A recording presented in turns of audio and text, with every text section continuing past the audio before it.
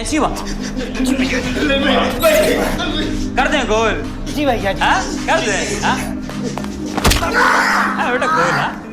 अक्सर आपने ये तो देखा ही होगा कि कुछ लोग अपने विवादों का निपटारा करने के लिए गुंडों और माफियाओं का सहारा लेते हैं, जो अपने मसल पावर की वजह से दो लोगों के बीच के विवाद तो निपटा देते हैं, लेकिन बदले में उनसे तय रकम जरूर लेते हैं।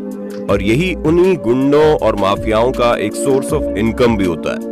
लेकिन क्या आप यकीन करेंगे कि एक गैंगस्टर ऐसा भी था जो बाकायदा इस काम के लिए एडवर्टाइजमेंट पब्लिश किया करता था कि अगर आपके बीच कोई विवाद हो तो उसका निपटारा करने के लिए हम बैठे हुए हैं और आप हमसे संपर्क कीजिए। दोस्तों, ये वीडियो बहुत इंटरेस्टिंग और रोमांचक होने वाला है, इसलिए इस वीडियो को आखिर तक जरूर देखिएगा। हम बात कर रहे हैं महाकाल की नगरी उज्जैन के गैंगस्टर दुर्लभ कश्यप के बारे में। बहुत छोटी सी उम्र में ही मध्य प्रदेश के उज्जैन में रहने वाले दुर्लभ कश्यप ने सोशल मीडिया से लेकर मेन स्ट्रीम मीडिया में अपने नाम के चर्चे आम कर दिए। उज्जैन, इंदौर जैसे शहरों में अपने अपराध की झड़ी लगा दी। दुर्लभ कश्यप का जन्म 8 नवंबर साल 2000 में हुआ था। उसकी मां एक स्कूल टीचर थी। परिवार अच्छा और संपन्न था। एक खाते पीते परिवार में जन्म लेने के बाद ये माँ बाप का लाडला भी था। बड़े प्यार से माँ बाप ने इसका नाम दुर्लभ रखा। दुर्लभ जिसे पाना आसान न रहा हो, यानी इस बच्चे को लेकर माँ बाप के अरमान बहुत ही ऊंचे दर्जे के रहे होंगे। उन्होंने सोचा होगा ये बड़ा होकर कुछ बड़ा काम करेगा, जिंदगी में निश्चित ही कोई दुर्लभ मुकाम हासिल करेगा। लेकिन कहते हैं ना कि पूत के पांव पालने में दिखने लगते हैं। दुर्लभ के भी रंग ढंग उसके स्कूल जीवन से दिखने लगे। वो स्कूल में अपने दोस्तों के बीच खासा पसंद किया जाने लगा और इसका कारण ये है कि वो अक्सर अपने दोस्तों के बीच झगड़ा निपटाया करता था। धीरे धीरे वो अपने से बड़े उम्र के लड़कों के बीच भी झगड़े निपटाने लगा। स्कूल में सीनियर और जूनियर का फर्क तब खत्म हो गया जब दुर्लभ कश्यप का रुतबा स्कूल में सभी बच्चों से बड़ा हो गया। दुर्लभ कश्यप का भविष्य जिस ओर जाने वाला था, ऐसे लगता है उसका बीज उसके मन में स्कूल लाइफ में ही पड़ चुका था। आगे चलकर साल 2017 में उसने अपने स्कूल में पढ़ने वाले लड़कों के साथ मिलकर एक स्पेशल गैंग बनाया। उसने अपने गैंग की एक अलग पहचान भी रखी। जी हाँ, ये शायद दुनिया का पहला ऐसा गैंगस्टर था जिसने अपने गैंग के सभी सदस्यों के लिए बाकायदा ड्रेस कोड भी रखा था। और उसका ड्रेस कोड था माथे पर लाल तिलक, आंखों में सुरमा और कंधे पर स्कार्फ या गमछा, और सिर पर लंबे बाल जरूरी होते थे। इसके अलावा दुर्लभ के गैंग में शामिल होने वाले सभी लोगों को दुर्लभ एक शपथ दिलाया करता था। तो वो ये थी कि किसी भी क्राइम को अंजाम देते समय कोई भी मेंबर नशे में नहीं होना चाहिए। हालांकि दुर्लभ की गैंग के लोग भी नशा किया करते थे, लेकिन जब ये किसी क्राइम को अंजाम देने के लिए निकलते थे तो पूरे होशो हवास में रहते थे। हालांकि बाद में खाली समय में ये लोग नशा ही करते थे। ये सोशल मीडिया पर अपने ग्रुप की फोटो भी अपलोड करने लगा। इसने जो गैंग बनाया था उसका काम था अवैध वसूली, लूट, कार के शीशे तोड़कर उसमें से सामान निकाल लेना। धीरे धीरे दुर्लभ के गैंग में सदस्यों की संख्या बढ़ती चली गई और इसके साथ ही बढ़ते चले गए दुर्लभ के आपराधिक कारनामे। लेकिन दुर्लभ का दुस्साहस देखिए। साल 2018 में इसने फेसबुक वॉल पर बाकायदा एक मैसेज डाला। इस मैसेज पर लिखा था कि हमारी उम्र भले ही छोटी है, लेकिन हमारे काम हमारी उम्र से बड़े हो गए हैं। आपको कोई परेशान करता हो, आपका किसी से कोई विवाद हो, आप हमारे पास आइए, हम आपकी पूरी मदद करेंगे। ये एक ऐसा काम था जिसे करने के बाद दुर्लभ के चर्चे वाकई में उसकी उम्र से बड़े हो गए थे। वो जाने या अनजाने में बाकायदा अपराध के लिए विज्ञापन निकलवा रहा था। वो अपने क्रिमिनल रिकॉर्ड को इस तरह से पेश कर रहा था जैसे कोई पढ़ा लिखा नौजवान अपनी डिग्रियां दिखाता है। वो फेसबुक और सोशल मीडिया पर लगातार अपनी फोटो अपलोड करता था। धीरे धीरे 13-14 साल के लड़कों के बीच भी उसका क्रेज इतना बढ़ गया कि वो अपने आप को दुर्लभ कश्यप की तरह देखने लगा। वो उससे आकर्षित होकर दूसरे कई शहरों से उसके गैंग में शामिल होने के लिए लोग आने लगे। धीरे धीरे दुर्लभ कश्यप के गैंग के सदस्यों की संख्या बढ़ने लगी और ये लगभग 40 से 45 के करीब पहुंच गई।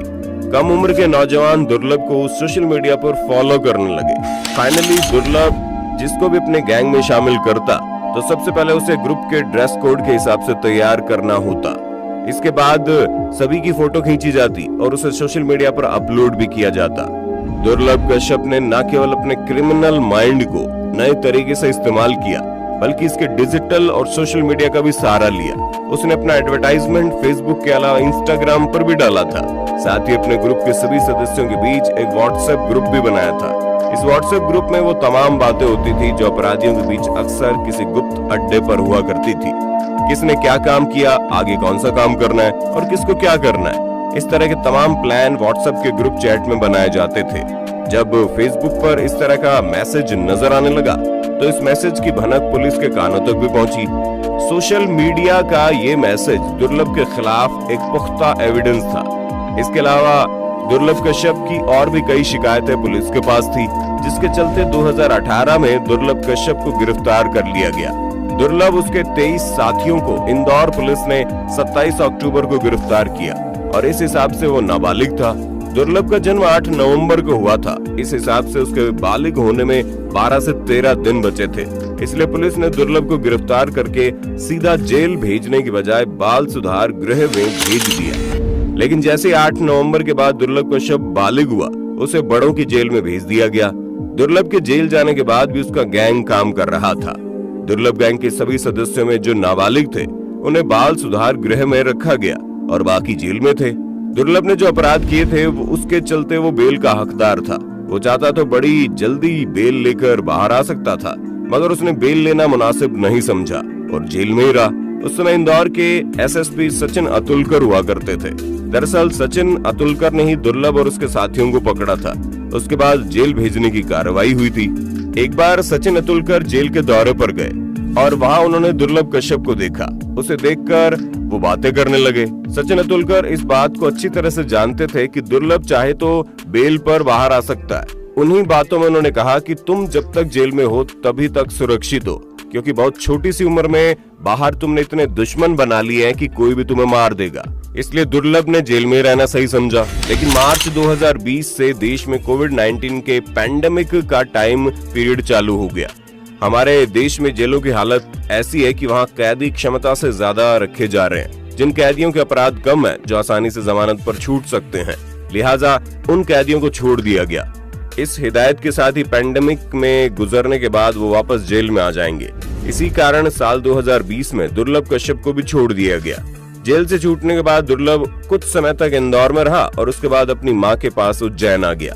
कुछ दिन इंदौर में रहने के बाद वो अपने पुराने तौर तरीके पर आ गया। उसी तरीके से बिंदास रहना, लड़ाई झगड़ा, गाली गलौज करने के लिए तैयार रहना। दुर्लभ अपने दोस्तों के साथ रात में नशा करने के लिए भी निकला करता था। इसके बाद 6 सितंबर साल 2020 में एक दिन शाम को उसकी मां ने दाल बाटी बनाई थी, जिसे खाने के बाद दुर्लभ ने मां से कहा वो बाहर घूमने जा रहा है। उज्जैन में जिस जगह दुर्लभ रहा करता था उसके घर के नजदीक एक चाय की दुकान थी। वो अपने 4 दोस्तों के साथ चाय पीने के लिए उसी दुकान में गया।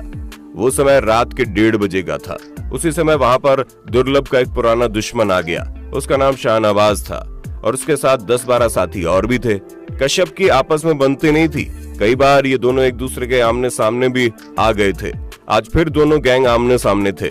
जब झगड़ा शुरू हुआ तो शाहनवाज गैंग के लोगों ने चाकू निकाल लिया और दुर्लभ ने भी पिस्टल निकालकर सामने फायर कर दिया। दुर्लभ की पिस्टल से निकली गोली शाहनवाज के कंधे पर लगी। ये देखकर उसकी टीम के सदस्य बौखला गए और उन्होंने दुर्लभ पर वार करना शुरू कर दिया, जबकि दुर्लभ के चारों साथी मौका देखकर वहां से भाग गए। दुर्लभ कश्यप के ऊपर सबने मिलकर लगभग 34 घाव किए। इस प्रकार दुर्लभ की मौत हो गई। बताया जाता है जिस चाय वाले के यहाँ दुर्लभ चाय पीने गया वो भी मारने वालों को उकसा रहा था कि इसे मार दो वरना बाद में बवाल हो जाएगा। दुर्लभ कश्यप की जिंदगी की बस इतनी सी कहानी थी।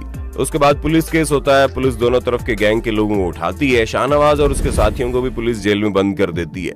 दुर्लभ कश्यप की मौत के कुछ समय बाद उनकी माताजी की भी मौत हो गई। उनके पिता का बड़ा ही भावुक करने वाला एक वीडियो सामने आया, जिसमें वो लोगों से कहते हैं कि इस अपराध की दुनिया से दूर रहना ही बेहतर है, इसका अंजाम अच्छा नहीं होता। दुर्लभ को मारने वाले एक इंसान ने भी जेल की दीवार से कूदकर आत्महत्या कर ली थी।